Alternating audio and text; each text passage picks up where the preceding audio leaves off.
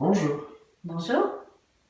alors je me présente Vincent, je suis l'animateur de la conférence publique qu'on a organisée ce soir à Clairac, donc on est le 20 juin 2017, c'est bien ça? C'est ça, mardi.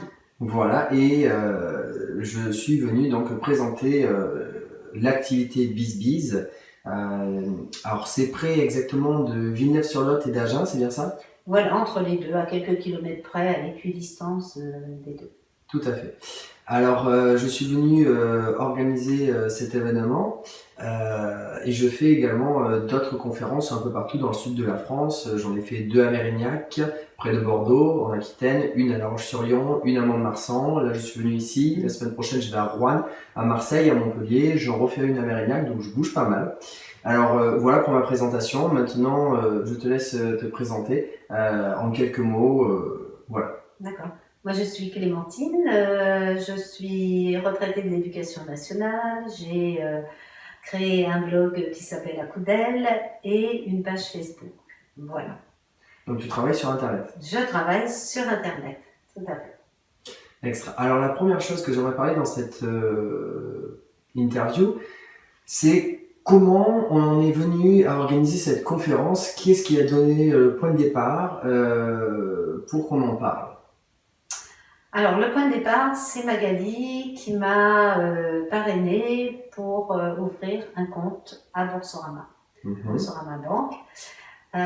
Et puis ensuite, dans la foulée, vu que j'avais réuni les documents qu'il fallait, et tout, j'ai ouvert Hello Bank et Fortuneo. Et j'ai trouvé ça tellement facile et tellement, comment je peux dire, oui, tout simplement facile, donc à l'encontre de tout ce que je pouvais imaginer, que du coup j'ai eu envie de me partager avec d'autres personnes autour de moi. Parce que ce qui est important à dire et qu'on n'a pas dit jusqu'à présent, Clémentine est la co-organisatrice donc de cette conférence publique BizBiz. Et ce que j'aimerais également dire, c'est qu'est-ce qui a créé le déclic pour dire bah, tiens, on va faire une conférence. Alors, il t'est arrivé une mésaventure, donc je veux bien que tu expliques aux personnes pour vraiment expliquer à quel point ça peut être quelque chose d'anodin qui déclenche et auquel on ne pense pas et qu'on se dit finalement ah tiens, mais pourquoi pas. Oui. On t'écoute. Alors, à la suite d'un cambriolage, mon matériel informatique a disparu. Bon, petit matériel nomade, certes, mais mis bout à bout, ça coûte des sous. Et je me suis retrouvée effectivement sans ce matériel indispensable aux nouvelles fonctions que je me suis données. Et donc, dans l'obligation de racheter vite du matériel. Et pour ça, je n'avais pas vraiment le budget pour le faire.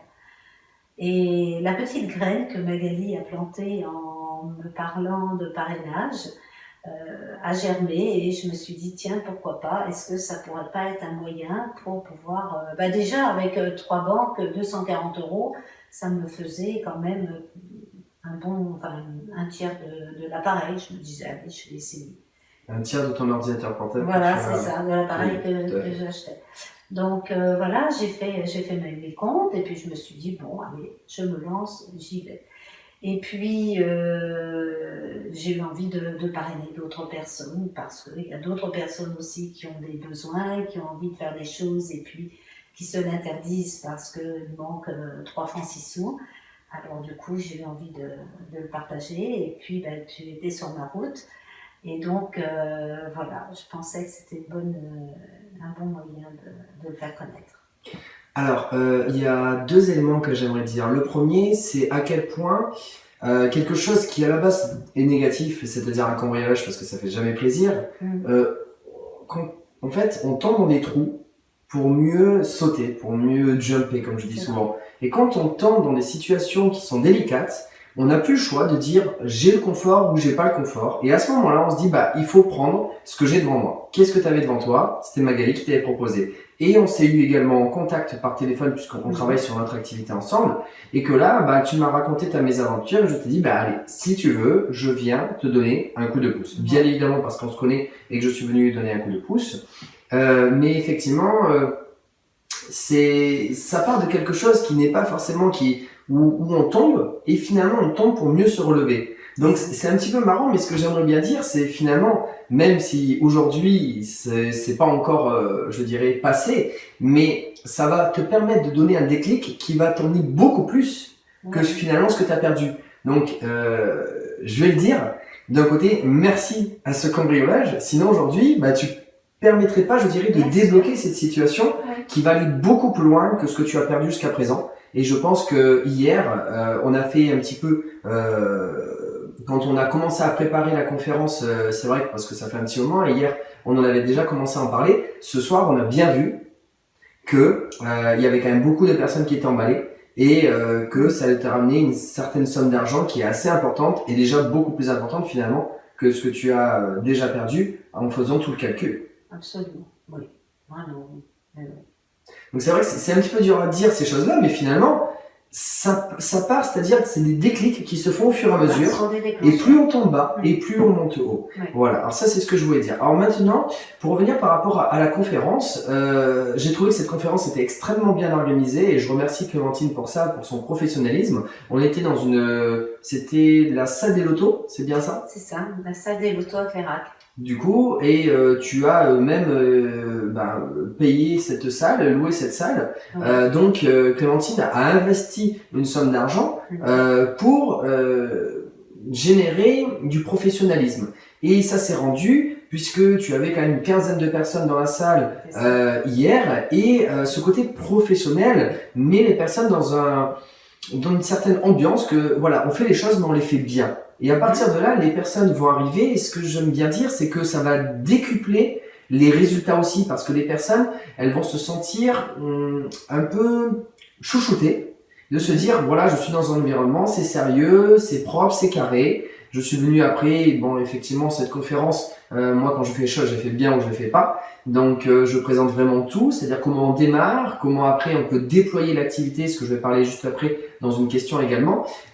Et donc par rapport à ça, on est dans une ambiance professionnelle et les personnes se mettent au même niveau professionnel. Du coup, on démarre dans des bonnes conditions et on est plus efficace, plus rentable, plus rapide et on a plus de résultats tout simplement. Donc tout se passe bien et là, voilà, ça peut vraiment démarrer dans des bonnes conditions. Donc voilà, par rapport à cette conférence, c'était vraiment très bien par rapport à ça. Alors moi, la question est, comment tu as fait pour trouver cette salle et comment tu as organisé? Parce qu'il y a aussi des affiches d'ailleurs que tu as été mettre. Alors, on te laisse en parler un petit peu comment tu as organisé cette conférence à la base. Alors, j'avais ma date butoir, j'ai commencé à faire un planning de choses à faire d'abord. Commencer d'abord aussi à en parler un peu autour de moi, hein, ça c'était la première chose bien sûr. Et c'est vrai qu'au début, les réactions n'étaient pas si évidentes que ça, il n'y avait pas forcément... On va en parler juste après. Là, pour l'instant, déjà, comment tu as Donc, trouvé la salle? Voilà. Et ben, là, j'ai fait appel aux amis. J'ai regardé partout autour de moi, j'ai été voir des salles, des lieux, tout ce qui était possible. Et puis, ben voilà, j'ai fait jouer le relationnel, les amis, leur expliquer ce que je voulais faire. D'ailleurs, ça les a bien interpellés. Et ensuite, trouver effectivement une salle qui était disponible et possible. Donc, je me suis dérangée, j'ai fait l'état des lieux, donc tout ce qu'il faut faire quand on veut louer une salle. Voilà, c'est vrai que tu as fait les choses proprement. Alors, tu as d'abord téléphoné. J'ai téléphoné à tous les endroits possibles. D'accord. Bon, et puis, le destin m'a amené tout doucement vers cette salle qui finalement était l'idéal pour, Elle était parfaite. Pour cet événement. Super. Mais il a fallu effectivement taper à plusieurs portes, voilà. Donner des coups de fil, se démener, essuyer des refus, bien sûr. Il y a des personnes qui vous disent bah non, on ne veut pas de vous, donc faut le supporter, pas le prendre pour soi, c'est parce qu'il ne veut pas de nous, c'est tout, point.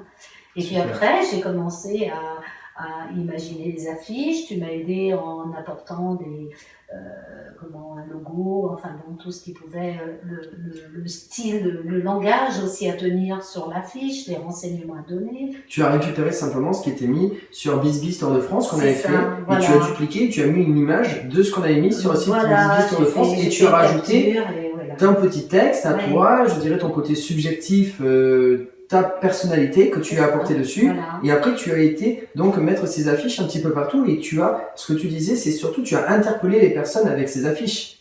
C'est ça. J'allais à la rencontre, quand j'ai déposé mes affiches, j'allais à la rencontre des personnes qui réceptionnaient les affiches.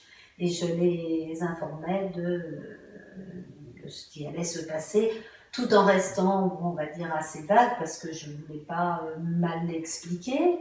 Je restais assez vague, et puis simplement leur expliquer que c'était un système gagnant-gagnant. Et ça leur plaisait beaucoup, cette idée-là. Très bien. Alors, je vais faire une petite parenthèse, je vais être assez rapide. En fait, ce que tu as fait quand tu as déposé les affiches, c'est ce qu'on appelle dans le marketing la veille informationnelle. La veille informationnelle, c'est-à-dire que les personnes ont déjà vu l'information. C'est exactement le même principe quand on met des panneaux publicitaires sur le bord de la route, ou alors quand on passe d'ailleurs même des publicités à la télé. C'est des informations qu'on va voir sans les voir. C'est-à-dire que on capte l'information, mais ça ne veut pas dire qu'on va prendre la prise de décision. En général, la veille informationnelle va capter par exemple 10% du marché, pas plus. Et après, ce qui va être intéressant, c'est qu'une fois que tu as fait cette veille informationnelle et que tu vas faire ce qu'on appelle le bouche à oreille derrière, on peut faire ça par des prospectus, ce qu'on appelle du mailing aussi à envoyer, les personnes vont capter l'information une deuxième fois. En général, quand on fait juste du mailing ou du bouche à oreille, on va capter à peu près 20% du marché. Sauf que, quand on a les deux à la fois, on fait ce qu'on appelle un effet cumulé. Ça veut dire quoi? Ça veut dire qu'on va pas capter 10% du marché plus 20% du marché, c'est-à-dire 30%. On va capter 60 à 70% du marché. Pourquoi? Parce que psychologiquement, si les personnes ont déjà vu une affiche, elles vont se dire je dis bien j'ai déjà vu l'information. Je confirme l'information parce que je la connais, moi et moi seul. À qui on fait confiance le plus? À soi. Donc, si nous-mêmes on a vu l'information avant, mais moi je l'ai déjà vu. Et je dirais également par ego, moi, parce que je sais que j'ai déjà vu, je connais cette information, ok, je la confirme, on peut y aller.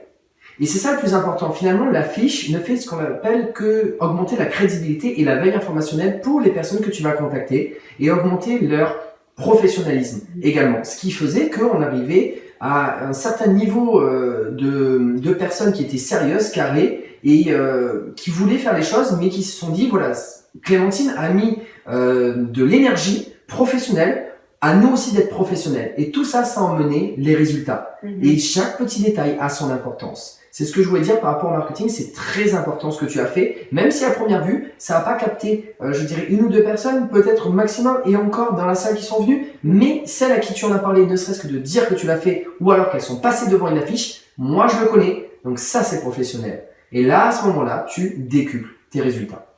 Je ferme la parenthèse par rapport à ça. Alors maintenant, les personnes qui sont venues à cette conférence, à la fin de la conférence, comment tu les as senties? Comment elles ont ressenti tout cela? Et est-ce qu'elles sont partantes? Allez, je te laisse développer de ton côté.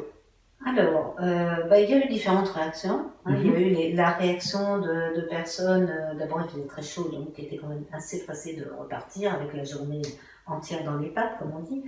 Mais beaucoup étaient très intéressés, vraiment très intéressés, avaient bien compris l'intérêt de la chose, avaient bien compris cette façon de prendre de l'argent, en somme, sans que ça nuise à personne, sans qu'on le prenne de la poche de personne, et que simplement c'était quelque chose qu'on pouvait faire de façon très, très facile, très simple. Il suffisait de comprendre le principe, de jouer le jeu, et au final, on gagnait, c'est mieux qu'à la roulette. Exactement. Parce qu'il n'y a pas le hasard, on ne rentre pas en ligne de compte. Donc, oui. C'est pas ce qu'on appelle un business, il n'y a pas de société en jeu.